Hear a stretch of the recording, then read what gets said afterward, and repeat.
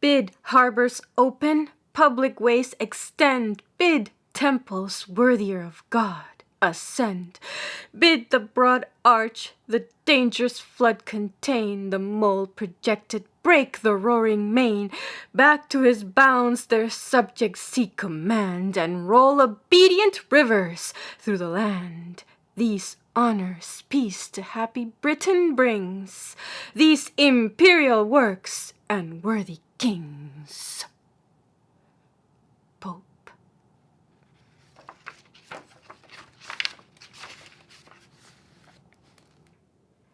James Watt was born at Greenock on the Clyde on the 19th of January 1736.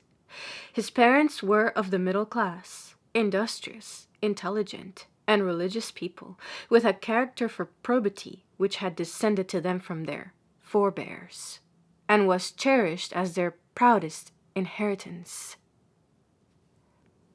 James Watt was thus emphatically well born. His father and grandfather both held local offices of trust, and honorable mention is made of them in the records of Greenock. His grandfather, Thomas Watt, was the first of the family who lived in that neighborhood. He had migrated thither from the county of Aberdeen, where his father was a small farmer in the time of Charles I. It is supposed that he took part with the Covenanters in resisting the Marquis of Montrose in his sudden descent upon Aberdeen at the head of his wild Highlanders in the autumn of 1644, and that the Covenanting farmer was killed in one of the battles that ensued. The district was ravaged by the victorious royalists. The crops were destroyed, cattle lifted, dwellings burnt, and many of the inhabitants fled for refuge into more peaceful districts. Hence, Thomas Watts's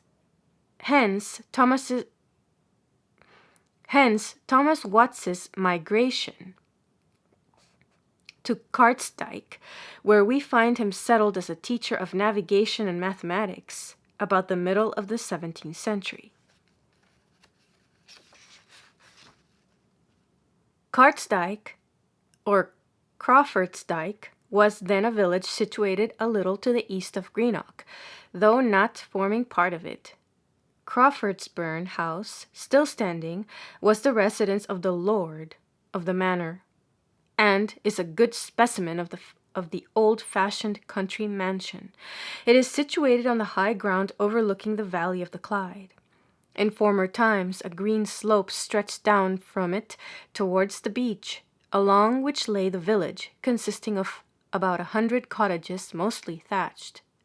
Cartsdyke was, in early times, a place of greater importance than Greenock. It had a pier, which Greenock as yet had not, and from this pier the first Clyde ship which crossed the Atlantic sailed for Darien in 1697. What little enterprise existed in the neighborhood was identified with Cartsdyke rather than with Greenock, and hence Thomas Watts's preference for the latter place in setting up there as a teacher. He, too, like his sire, seems to have been a sturdy Covenanter, for we find him in 1683 refusing to take the test in favor of prelacy, and he was consequently proclaimed to be a disorderly schoolmaster officiating contrary to law. He nevertheless continued the teaching of the mathematics, in which he seems to have prospered, inasmuch as, besides marrying a wife, he shortly after bought the house and garden which he occupied, and subsequently added to his possessions a tenement in the neighboring village of Greenock. From the nature of his calling, it is obvious that he must have been a thoughtful and intelligent person.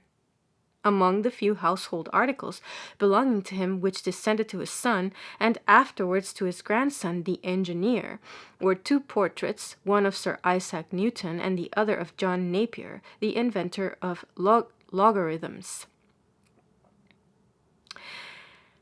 And that he was a man of excellent character is clear from the confidence he inspired in those who had the best opportunities of knowing him. when William and Mary were confirmed in their occupancy of the British throne at the Revolution of 1688, one of the first acts of Mr. Crawford of Crawfordsburn, the feudal superior, was to appoint Thomas Watt, Baillie of the Barony, a position of local importance, involving the direction of public affairs within the limits of his jurisdiction. A few years later, the Kirk Session of Greenock, having found him blameless in life and conversation, appointed him an elder of the parish, when it became part of his duty to overlook not only the religious observances, but the manners and morals of the little community. Kirk Sessions did not then confine themselves to ecclesiastical affairs, but assumed the functions of magistrates, and almost exercised the powers of an inquisition. One of their most important duties was to provide for the education of the rising generation, in pursuance of the injunction of John Knox, that no father, of what estate or condition that ever he may be, do use his children at his own fantasy, especially in their youthhead, but all must be compelled to bring up their children in learning and virtue.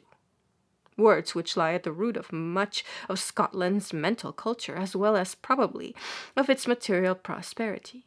In 1696, the Act was passed by the Scotch Parliament, which is usually regarded as the charter of the Scotch parish school system, and in the following year, the Kirk Session of Greenock proceeded to make provision for the establishment of their parish school, which continued until the town council superseded it by the grammar school, at which James Watt, the future engineer, received the best part of his instruction.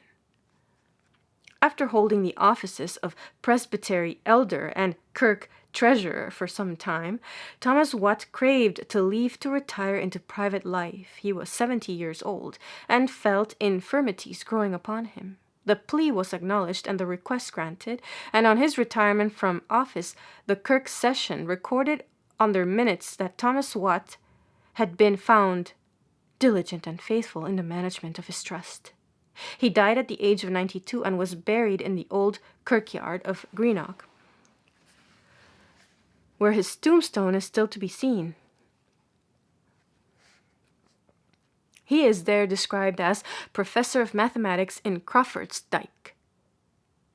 Not far from his grave lie, mouldering in silent dust, the remains of Burns's Highland Mary, who died while on a visit to a relative at Greenock. 2 sons survived the professor, John and James, who were well settled in life when the old man died. John the elder was trained by his father in mathematics and surveying, for some time officiating under him as clerk to the barony of Cardsdyke, and afterwards removing to Glasgow, where he began business on his own account.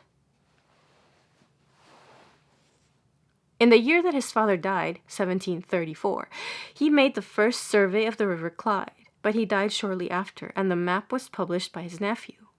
James, the engineer's father, was bound apprentice to a carpenter and shipwright at Cardsdyke, and on the expiry of his term he set up business for himself in the same line at Greenock.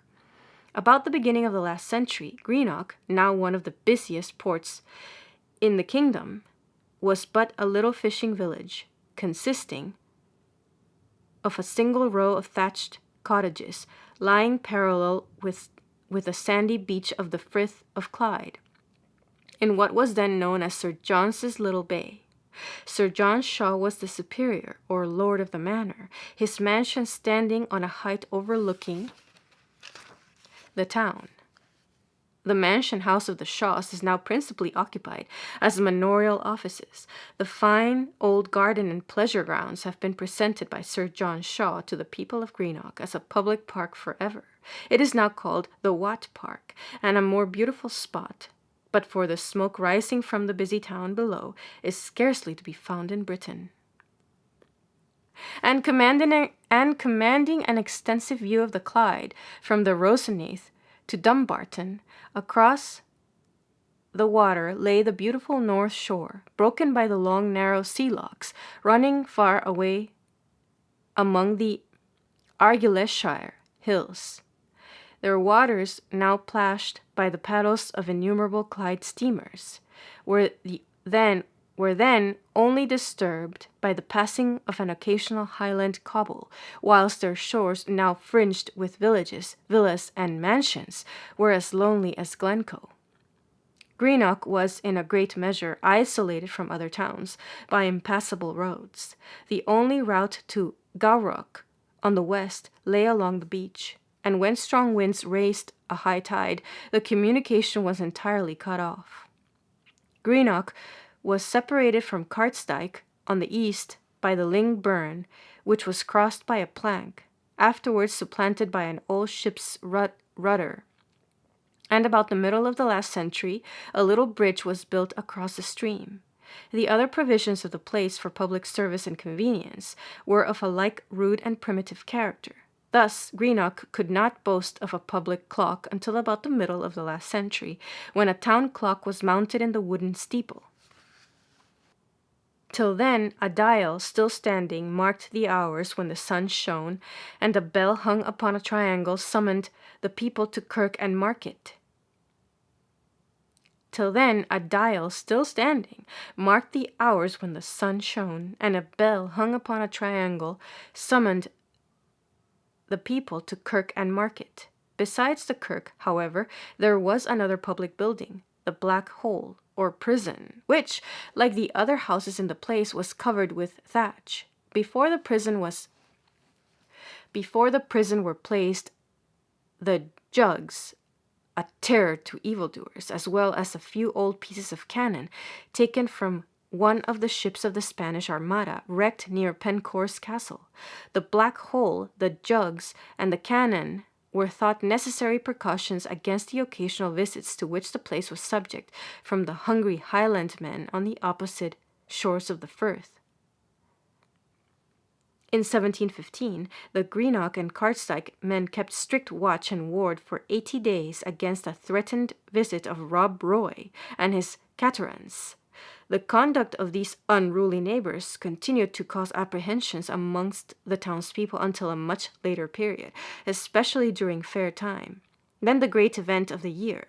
The fair was the occasion of the annual gathering of the people from the neighboring country to buy and to sell. Highlandmen came from the opposite shores and from the lochs down the Clyde, caring little for lowland law, but duly impressed by a display of force. Their boats were drawn up on the beach with their prows to the High Street, the north side of which at that time lay open to the sea.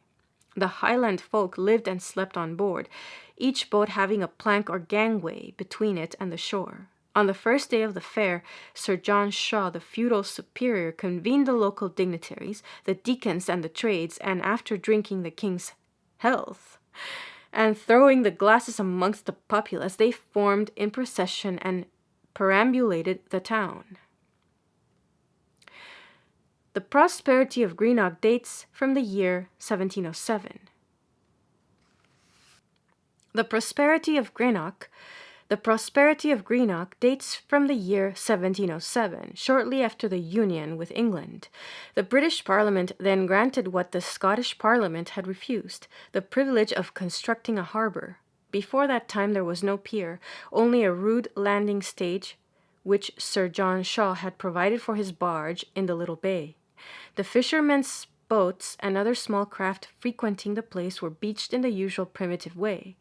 Vessels of burden requiring to load or unload their cargoes did so at the pier at Cartsdyke, above referred to.